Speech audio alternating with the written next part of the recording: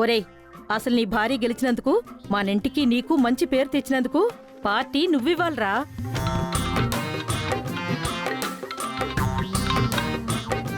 మీ ఆవిడ మిస్సెస్ హైదరాబాద్ కాంపిటీషన్లో గెలిచిందంటగా, పార్టీ ఎప్పుడురా?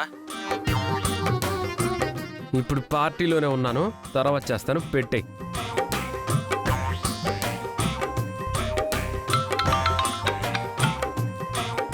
రేయ్, మీ ఆవిడ గెలిచిందంటగా, కంగ్రాచులేషన్స్ రా. థ్యాంక్స్.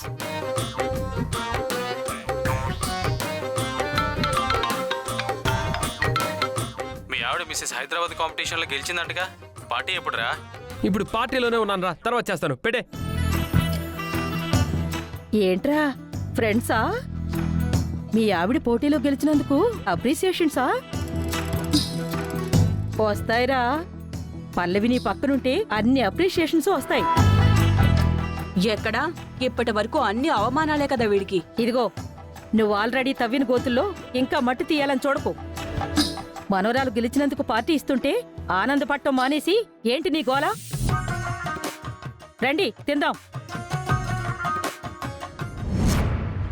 ఇది గెలిచినందుకే కదా ఇంత హడావిడి చేస్తున్నారు. కాదు, నన్ను అవమానించాలని, ఏడిపించాలని, నన్నేడిపించటానికి ఇదే చేయిస్తున్నట్టుంది.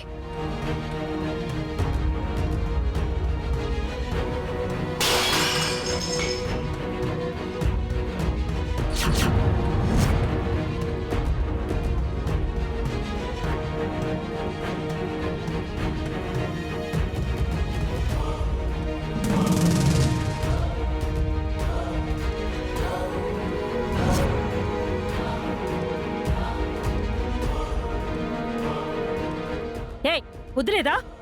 ఎందుకే ఇలా కింద పడేశావు? అది అనుకోకుండా చేయి తగిలింది బామ్మగారు.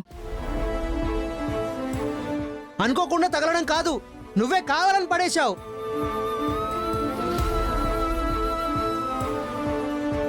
కాంపిటీషన్లో ఓడిపోయినంత మాత్రాన ఇలా చేయడం కరెక్ట్ కాదమ్మా. నీకు టాలెంట్ ఉంటే నువ్వే గెలిచేదానివి కదా. అయినా తను నీ అక్క. ఆనందాన్ని పంచుకోవడం మానేసి ఇవేం పనులమ్మా? ఏంటండి, ఎవరిష్టం వచ్చినట్టు వాళ్ళు మాట్లాడుతున్నారు? అనుకోకుండా తగిలిందని చెప్తోంది కదా. అదే అడుగుతున్నానే, అంత కళ్ళు నెత్తి మీద పెట్టుకుని ఎందుకు నడవాలని? కళ్ళు నెత్తి మీద నీకున్నాయేమో, నాకు లేవు.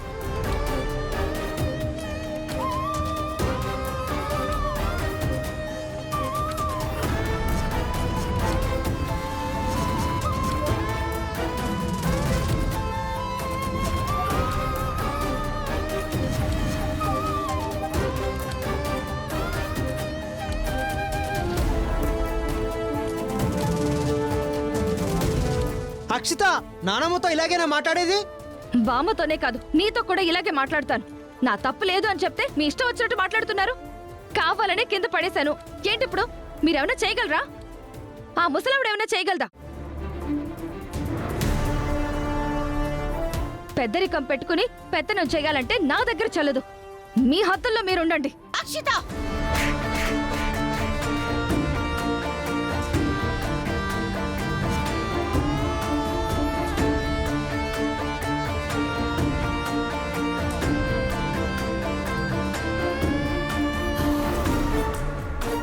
ఏంటి నన్నే కొడతావా? ఎక్కువ మాట్లాడితే మళ్ళీ కొడతాను. ఏం మాట్లాడుతున్నావే? ఏమనుకుంటున్నావు నువ్వు? ఈ ఇంటి పెద్ద బామ్మగారిని పట్టుకుని నోటుకొచ్చినట్టు మాట్లాడతావా? కళ్ళు నెత్తి మీదకి వచ్చాయంటావా? మరి ఆవిడ మాట్లాడింది ఏమన్నా బాగుందా? ఆవిడలా మాట్లాడటం కరెక్ట్, నేనిలా మాట్లాడటం తప్పా? తప్పే, తప్పే.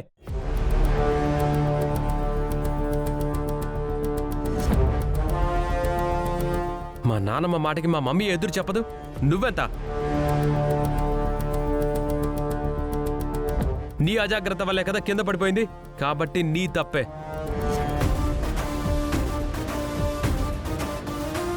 అనుకోకుండా జరిగితే పెద్ద ఆవిడ ఒక మాట అంది. సారీ అండి, అనుకోకుండా జరిగింది, ఇంకెప్పుడు ఇలా జరగకుండా చూసుకుంటానని మంచిగా చెప్పడం పోయి అలా మాట్లాడతావా? చదువుకున్న సంస్కారం ఏమైంది? మర్యాదగా బామ్మగారికి సారీ చెప్పు. చూసారా ఆంటీ ఏమంటుందో అది? నేను బామ్మగారికి సారీ చెప్పాలంట. చెప్పాలి.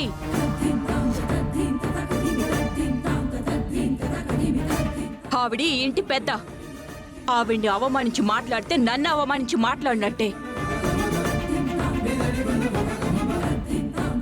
ఆంటీ, ఇంత చిన్న విషయానికి జరిగింది చిన్న విషయమే, కానీ మాటలు పెద్దవయ్యాయి, హద్దులు దాటాయి.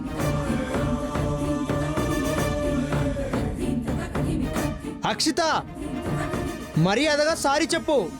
ఇక్కడితో అయిపోతుంది, లేదంటే మ్యాటర్ చాలా సీరియస్ అవుతుంది.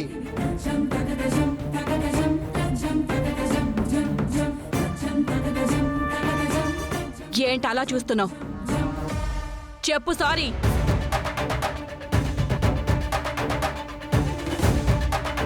క్షమించండి బామ్మగారు, పొరపాటున మీతో అలా మాట్లాడాను. ఇంకెప్పుడు అలా మాట్లాడను. నాకు క్షమాపణలు చెప్పడం కాదే, నీ బుద్ధి వంకలు తిరగకుండా చూసుకో. మాట అదుపులో ఉండేలా చూసుకో, నీకే మంచిది. సర్లే, అయింది ఏదో అయింది. అందరూ భోంచేద్దాం రండి. చరణ్, సుమా, భోంచేయరా? భోంచేయకుండా వెళ్ళిపోతున్నారేంటి? చెయ్యరా, ఎందుకు చేస్తారు? పల్లవి కోసం ఇస్తున్న పార్టీ కదా, వాళ్ళకి ముద్ద దిగదు. మనం తిందాం పదండి. క్షమించండి. ఏరా, నీ భార్యని అవమానించారని బాధపడుతున్నావా?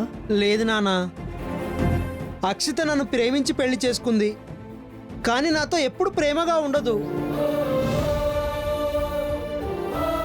ఇంట్లో వాళ్ళతోనూ గౌరవంగా మసులుకోదు. ఎప్పుడు మారుతుందో ఏమో అర్థం కావట్లేదు. అదే బాధగా ఉంది. నా చెల్లెలి పట్ల బాధ్యత నీకంటే ఎక్కువ నాకే ఉంది చంటి. ఖచ్చితంగా తనలో మార్పు నేను తీసుకొస్తాను.